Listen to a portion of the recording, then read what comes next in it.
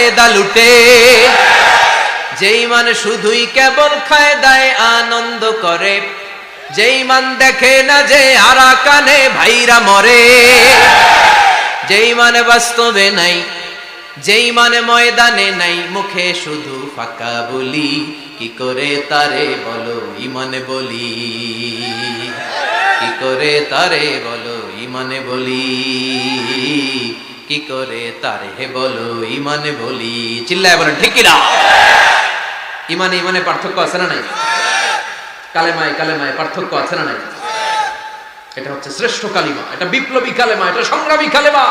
এই কালেমার পক্ষে যারা, তারা সত্য আর ন্যায়ের পক্ষে। চিল্লায় বলেন ঠিক কিনা? এই কালেমাকে যারা মেনে নিয়েছে তারা এক আল্লাহর কাছে মাথা নত করেছে, পৃথিবীর কারো কাছে তারা মাথা নত করে না।